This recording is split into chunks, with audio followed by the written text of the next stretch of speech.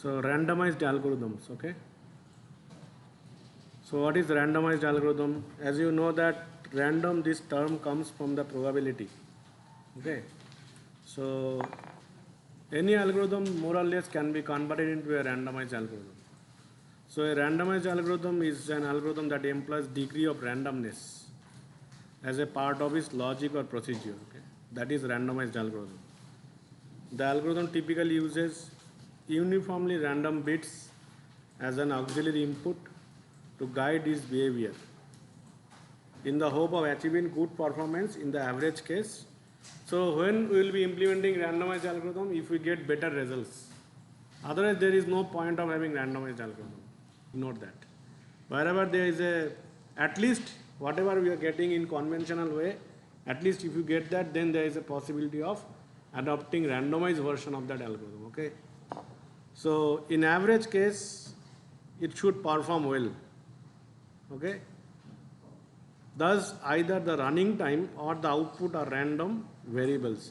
So normally in algorithm, what happens in conventional deterministic algorithms, we give input and then it goes to algorithm and we get output. This is called deterministic algorithm, okay. So this is deterministic algorithm. Whereas in randomized algorithm, input comes, deterministic part is not there, we have random bits. Random bits input will be there and we will get the output. So this is called randomized algorithm, okay. So that means somewhat probabilistic measurement will be there in case of randomized algorithm. But normal algorithms are deterministic algorithms. So whenever randomized version will come, it should perform well, preferably then conventional method, then only we will adopt that. So what are the applications of randomized algorithm? Determining outcomes in games, preventing communication on shared channel from interfering with each other, initializing password. These are all randomized algorithms applications, okay. Simulating real world behavior and processes, emerging system generation using genetic hybridization. These are all applications, part of AI only, artificial intelligence types only, okay. So randomized algorithm, how many types of randomized algorithm you have? Two types.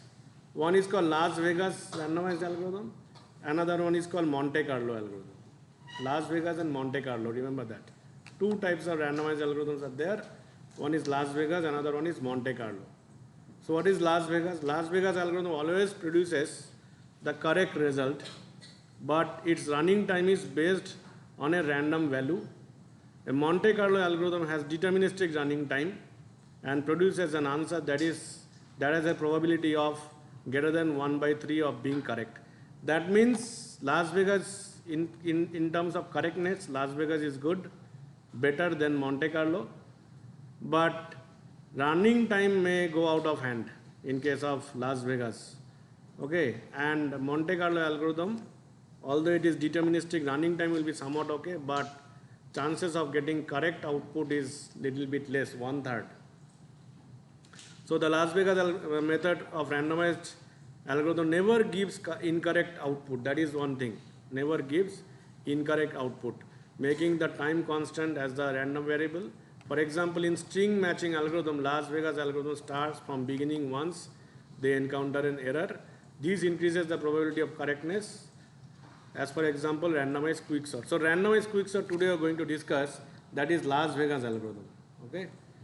And Monte Carlo algorithms, it is deterministic by nature. For example, in string matching, if Monte Carlo encounters an error, it restarts the algorithm from the same point, thus saving time.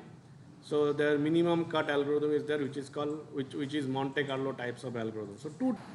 So here this QuickSort algorithm that we have is n log n is for average case, not worst case. Worst case is n square, which nobody talks about it.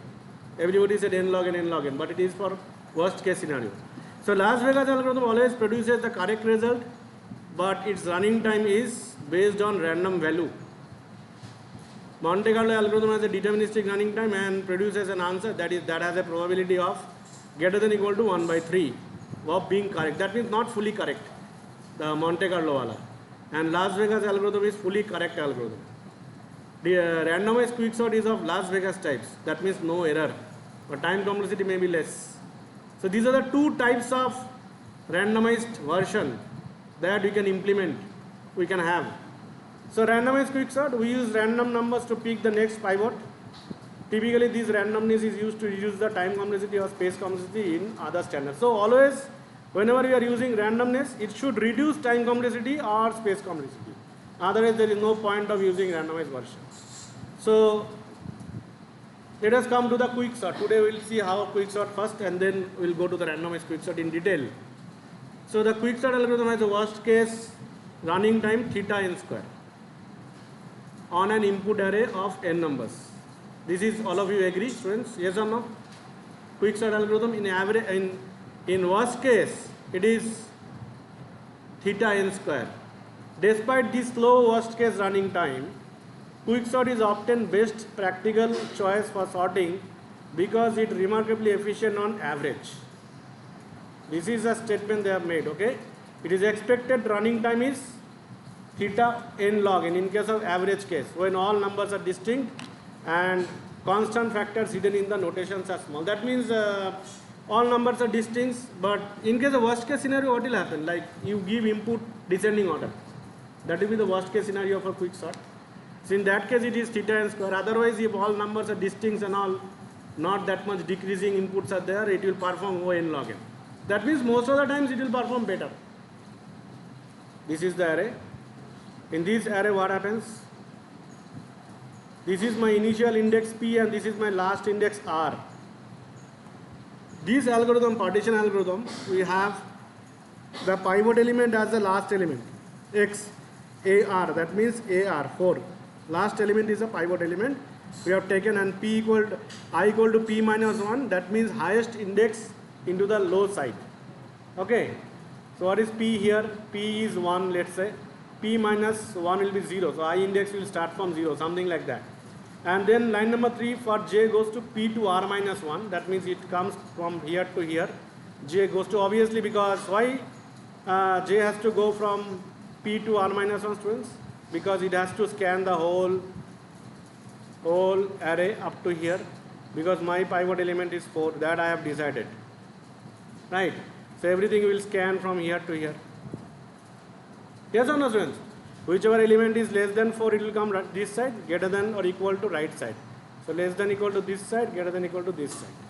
So you have to scan 2, 8, 7. So 2 will come this side, 8 will go this side. Like that thing, 7 will come this side. 1 will go, 7 is this is 1, 7, like that things will happen. If this everyone knows. Now in QuickSort algorithm, so this is the algorithm we have. So the key to the algorithm is partition procedure on the next page, which rearranges the array A, P to R in place, returning the index of the dividing point between the two sides of the partition, which is true. Okay. Now figure show the partition works. So here X equal to AR, this is my pivot element, and then I scan it. Line number 3 to 6, what it does? At the start of the each iteration for loop, line number 3 to 6, the region satisfying certain properties shown in the figure. So important. So the final lines in partition. So what happens in QuickSort? The four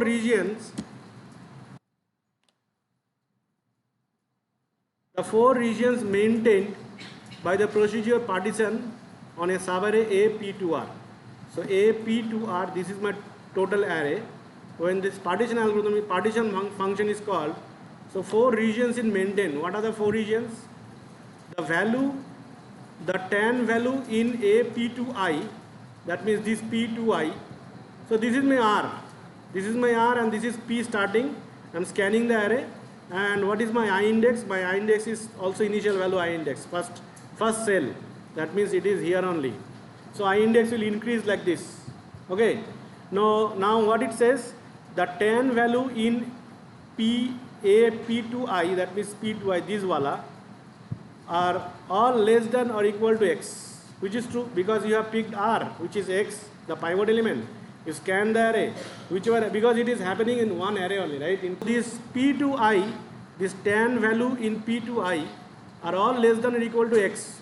This wala portion, 1, 2, 3, 4, all less than or equal to X.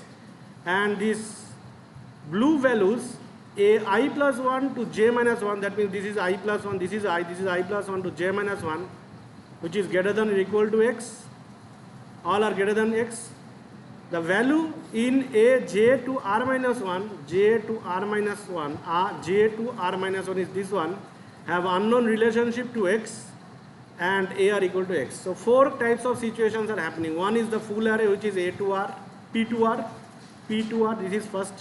Second case is this part because everything is pushed down left side. So this part is the stand portion of the array, which is less than or equal to x.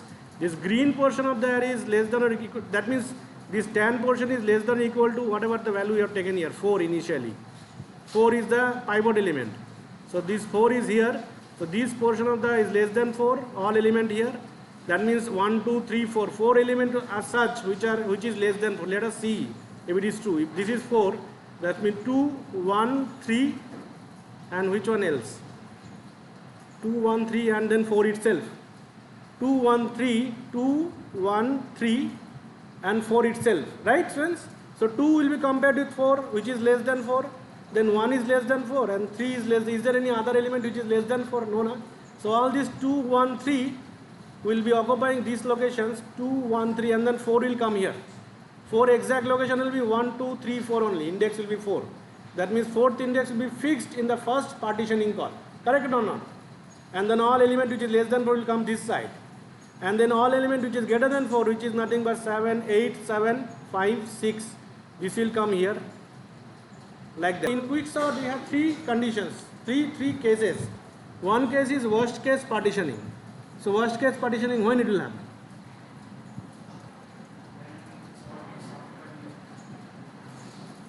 No, already sorted. Why you are thinking? No, in case of QuickSort, what will be the input so that worst case partitioning will happen? The input is this, and let's assume that my pivot element is 1 itself. Let's say that 4 is not there, my pivot is 1. So my first choice is 1. So in that case, left hand side will be completely 0. Nothing is less than 1. So right side will be all element will come in the right side. So this is what they are saying, worst case partitioning. Okay, that's what it says. You see,